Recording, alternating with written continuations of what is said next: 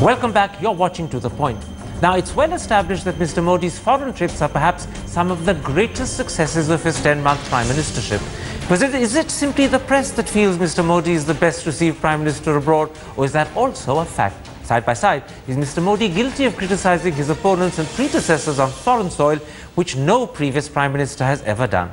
With me to discuss both these issues are former Foreign Secretary Krishnan Srinivasan, the Geostrategic Director of the IISS Sanjay Baru, the Deputy Leader of the Congress in the Rajya Sabha and former Cabinet Minister Anand Sharma, and BJP spokesperson GVL Narasimha Rao. Srinivasan, in the 10 months that he's been in office, Mr. Modi has had some remarkable welcomes when he's gone abroad. President Obama accompanied him to the Martin Luther King Memorial. President Hollande sailed down the Seine with him. Shinzo Abe went to Kyoto to welcome him and host dinner for him there. And now, most recently, Stephen Harper, the Canadian Prime Minister, has accompanied Mr. Modi not just to every city, but practically every event that Mr. Modi attended. So is Mr. Modi the best received Prime Minister abroad, or is this just a creation of an excitable press and perhaps our own forgetfulness of history?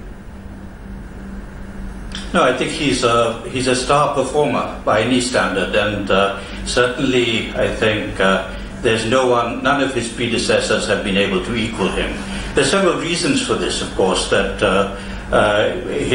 he ticks a lot of boxes, apart from being the leader of the biggest democracy, which obviously is an asset in itself, and which all his predecessors have had. He's also a poverty to prime minister person. That's a legendary thing. He's got austere personal habits, yet he is extremely well turned out. This is a part of the image as well.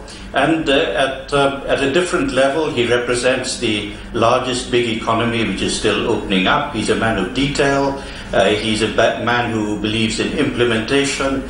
And he's an extremely persuasive interlocutor, judging by what people have said who have met him personally face to face. So he does, in fact, carry with him not only an aura personally, but also the backing of a great country which is opening up, which is the flavor of the month or the flavor of the year, you could say.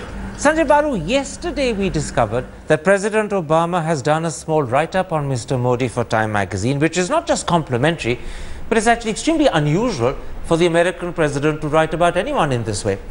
Is this further proof that Mr. Modi has established a unique relationship with Barack Obama, the nature of which no previous Indian Prime Minister had ever established with an American or any other head of government for that matter?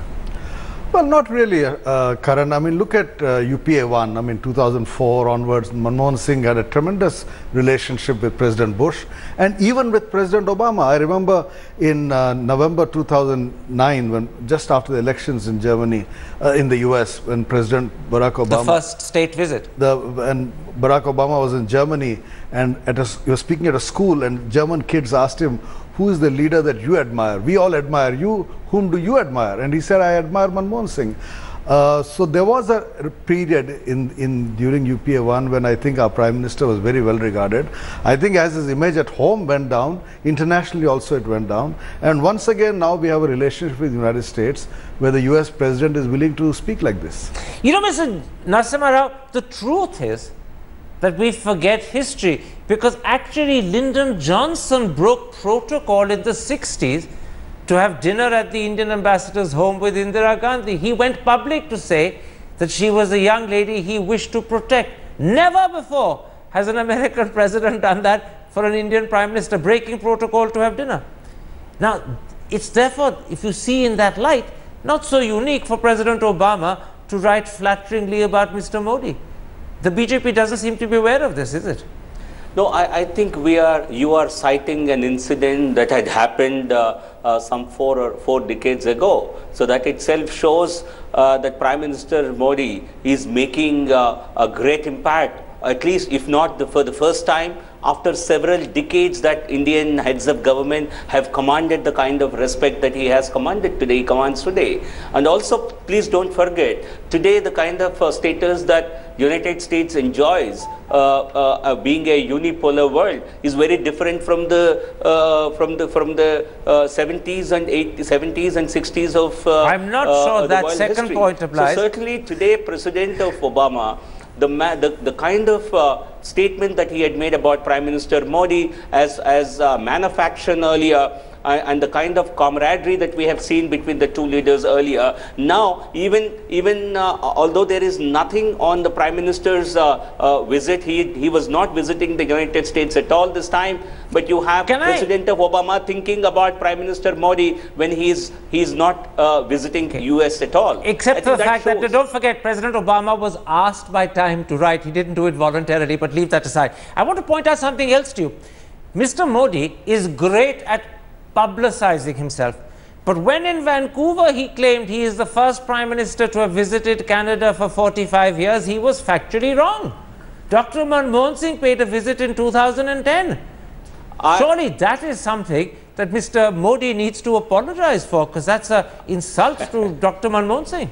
On the other hand, I think the visit of a former Prime Minister went completely without a trace is a story in itself. No, forgive me, media, it didn't. And the world media have been there was a about joint this, statement issued by the Canadian government and the Indian government. It was reported in the papers. You can't say it went without trace. Mr. Modi may not remember it, that's another matter, but don't say it went without trace. I put it to you again. Do you think Mr. Modi should personally, perhaps not publicly, apologize to Dr. Manmohan Singh for forgetting that there was an important visit paid by the Indian Prime Minister in 2010? Answer that for me.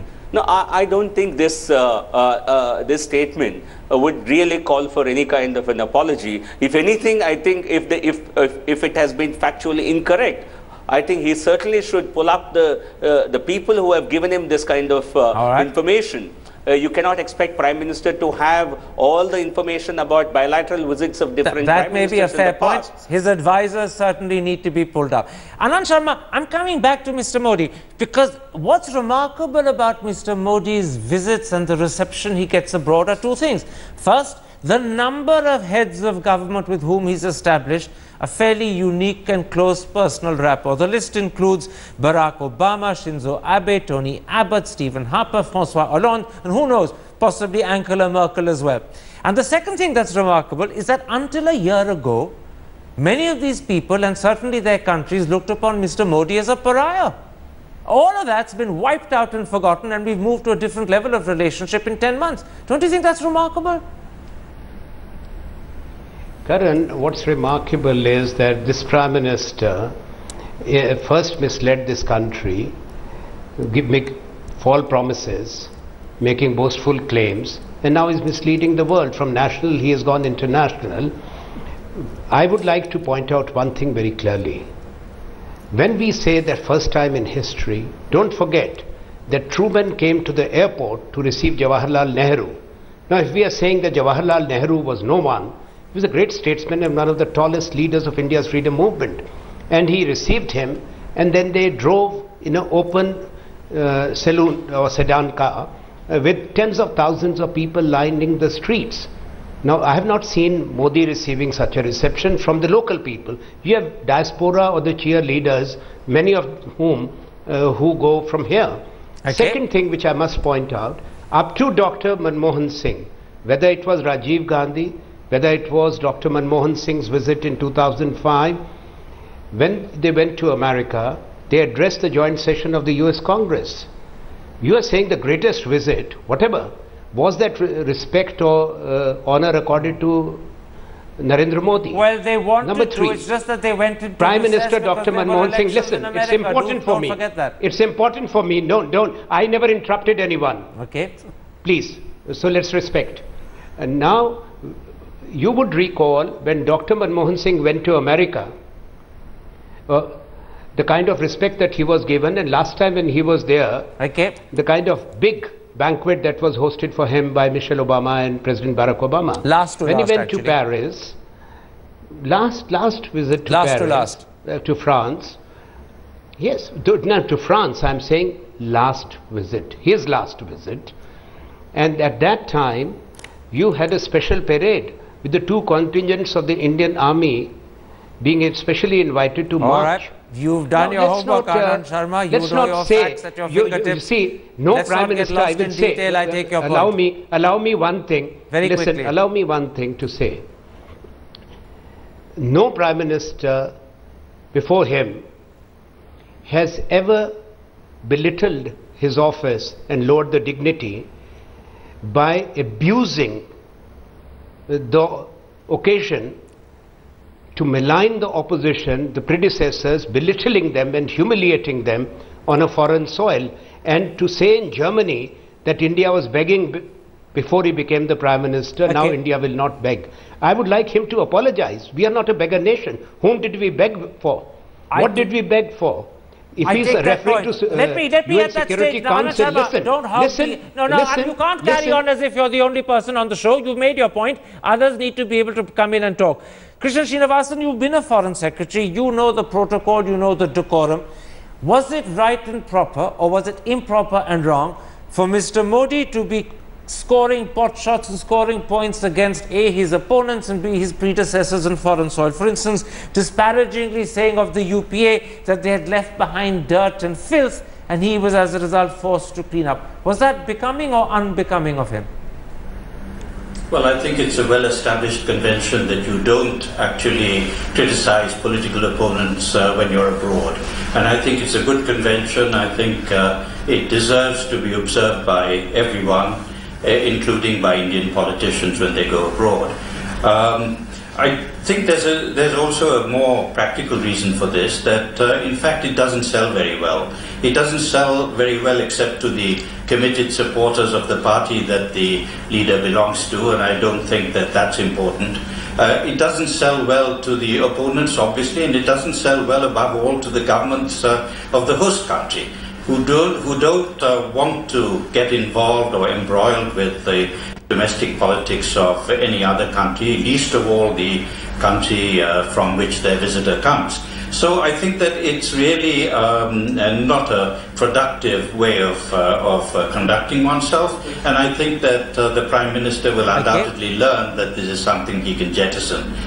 Winston Churchill, said that he made it a point that he'd never criticize his political opponents abroad, but he made up for it when he came back at home. So, well, perhaps Mr. Modi would learn a lesson from that. You know, there's no doubt, as you hear Krishna Srinivasan, that as far as this question of criticizing opponents and predecessors abroad goes, Mr. Modi has possibly erred on several counts, and there are several reasons why this was a thoughtless thing for him to do. I'm going to put to you this question about claiming that he's the first Prime Minister to visit Canada in 42 years, blatantly ignoring whether he chose to do it himself or whether he was ill-advised by his supporters or his speechwriters. That's another matter. But he blatantly ignored the fact that his immediate predecessor was there for 2 full days for a G20 meeting, as well as a bilateral element to that. Does Mr. Modi owe, maybe not a public apology, but at least some sort of private apology to Dr. Manmohan Singh? No, apology is too strong a word. I mean, this is one of those kind of things that, politicians forget. I wouldn't attach too great a symbolism to this particular Except statement. the media picked it up in a huge I know, way. so, if the media picks it up, I don't see why the protagonist has to apologize. It was obviously a mistake, and, these mistakes happen. But I think that the real issue, Karan, is that India is back in the news. I mean, your question is about the external image of Narendra Modi, but I think it's really what he's riding on is the external image of India. India is globally today back where it was 10 years back. And he's benefiting from that. And of course he's benefiting from that, just as Dr. Manmohan Singh benefited from the fact that in his tenure... Up to 2009. Up to 2009. That's a very good explanation. That background is important to keep in mind, because actually it suggests it's not the individual so much as the performance of the country from which the individual benefits. But Mr. Narasimha Rao, if you think back to Mr. Modi's BJP predecessors, L.K. Advani, Atal Bihari Vajpayee, none of them ever criticized their opponents when they were outside the country. If you go back to Narasimha Rao, your namesake, when he was Prime Minister, he consciously and deliberately chose to send Atal Bihari Vajpayee to represent India at the UN in Geneva. Mr. Modi's behavior, in contrast to both his BJP predecessors and Mr. Narasimha Rao, is very different. In that context and in that tradition, Mr. Modi's behavior sounds needlessly partisan and political and polemical. I think it's a very unfair allegation, and also it's very unbecoming of the opposition to make such a charge while the Prime Minister is still on his foreign tour, and to target him for what he said or did not say during his Is it okay for him to target them when he's abroad, but they can't reply because he's abroad? Isn't that a bit odd? There is a huge difference. There is a huge difference that you are not able to make between Prime Minister Shri Modi and all the former Prime Ministers. He is engaging wherever he goes. He is actually addressing the Indian diaspora. So he also has separate meetings with Indian community in every country. And when he talks to the Indian country, he has to talk, when he talks to the Indian diaspora, he has to run down his opponents. He will speak in an Indian context. He has to run down his opponents. That's compulsory, He's speaking in an Indian context. All right. He did not name the opponents. He did not run down any leader by name. So when he said that in fact the previous governments had created fields, had he Atal Bihari Vajpayee in mind? Because that would be revolutionary. Is that what you're suggesting? That he had Mr. Vajpayee in mind? Sorry, can you say that again? No, you heard me perfectly clearly. You're only covering up for your embarrassment. No. I will answer all your questions. I'm going to go to Anand Sharma at that point. I think you heard me perfectly clearly, to make Mr. this Narasimha Rao. allegation when he is addressing an Indian audience abroad. Yeah, you made that point. You made that point. Anand Sharma, I want to put to you the explanation that BJP... Listen to me. Anand Sharma, listen to me before you answer. I want to put to you the explanation the BJP is giving for Mr. Modi's comments, whether in Germany or in Canada. I heard that very clearly. No, you haven't. They say that he was talking to an Indian diaspora, which is an extension of the country, and therefore it's okay to be political and polemical. How do you respond to that? No, let me answer. He went there not as a leader of BJP or RSS Pracharak. He went there as the Prime Minister of India. He chose to humiliate this country. In Germany you say we were begging, there you say it was scam India. He didn't say scam UPA, he just said scam India. India is a great country and we are proud of that. India has achieved a lot. Mr. Modi is delusional. If he was addressing Mr. Narasimha Rao, I pity him, because he has to be an apologist for Narendra Modi and there are others because he is the Prime Minister. The fact of the matter is, he says if Dr. Manmohan Singh visited and there was a joint statement between Dr. Manmohan Singh and Harper, it is of no consequence. He abuses us there. The entire opposition lowers the prestige of the country by saying it was filthy, it was dirty, there were dirty airports, there was corruption. And he's addressing the Indian diaspora, and who's on the dais with him? The Prime Minister of Canada and his wife, who were the hosts for Dr. Manmohan Singh also. And he's saying it doesn't have any meaning. He should apologize. And let me also make it very clear, Karan, today, please, Prime Minister has broken time-honored convention. What Narasimha Rao is saying, that Prime Minister is still abroad, he is on his way back. We kept quiet for more than a week, as long when he was berating, abusing and humiliating. And since he has broken it, now the opposition is free to expose. You went public only when he was on a plane on his way back. That's a good point. Yes, we had to go. We had to go. Krishnan Srinivasan, let me bring you to that point. I'm trying to broaden the discussion. All limits. Okay, I'm bringing in Krishnan Srinivasan. I want to broaden the discussion in the very limited time left to us, and I want to put this to you. Some people say that Congress is finding fault with Mr. Modi really only because Mr. Modi has shown such unexpected mastery of diplomacy and foreign affairs and perhaps overshadowed their last 5 years. Event management is not diplomacy. That's to Krishnan Srinivasan. Others say that in fact Mr. Modi breached a very well-established convention and was wrong to do so. Where do you stand on these? Well, I think it's certainly true that the convention has been breached. I would certainly think that there's very little traction in that, and I hope that kind of polemics indulged in abroad will be given up totally. But I think we should look beyond these issues to the success of the visit, the outcomes of these visits, and I think that here you have got, I think, as Baru said, that there is a great interest in India, and there's a great interest in investing in India, and this is relatively new, and I think we should look ahead to the outcomes of these visits, which I think have been very successful. I agree with you there, but that's a different story and a different discussion, not the discussion we're having tonight. To what extent is there a possibility that journalists who are mesmerized by diplomatic glamour, largely because they aren't part of it, who are mesmerized by Mr. Modi's oratory and are pretty taken by the way NRIs respond, actually sometimes swept off their feet and therefore declare that Mr. Modi is the most successful when he goes abroad, or Mr. Modi has great response when he goes abroad? Is it journalists getting swept off their feet, painting an exaggerated or romanticized image that then creates reverberations here because Congress responds or people like me start asking questions? Not at all, Karan. I mean, we live in the age of television, 24-hour television and Twitter, and we see it all on television. I think the fact is that Prime Minister Modi has been a great performer. I mean, whether it's in New York. That's undeniable. Yeah, exactly. All his public appearances abroad, and especially when he addresses the Indian people of Indian origin, he's a great performer. And therefore, I think people are naturally taken up by his performance. But I think I come back to the same point, which is that what we are seeing in the last 1 year or last 9 months is a combination of the popularity of a very successful politician and his charisma, which one cannot deny, but at the same time also a rising popularity of India. India was in the doghouse for about 4 or 5 years. People are not paying attention to India. The world is once again paying attention to India, and I'm actually reminded of the first term of Manmohan Singh when he used to travel abroad, and I used to be with him. There was a tremendously positive reception to the Indian Prime Minister at that time. I think we saw a period when the world was not taking us seriously, and now it is again. And once again it's taking us seriously. That reminds me of that line that used to be said once upon a time in the 70s for a product that we don't mention on television, but I'm sure you're old enough to remember it: made for each other. My thanks to you for coming to the studio. My thanks also to Anand Sharma, Mr. Narasimha Rao and Krishna Srinivasan for joining me. And there we end this particular episode. If you have been, thanks for watching. Have a terrific weekend. See you on Monday.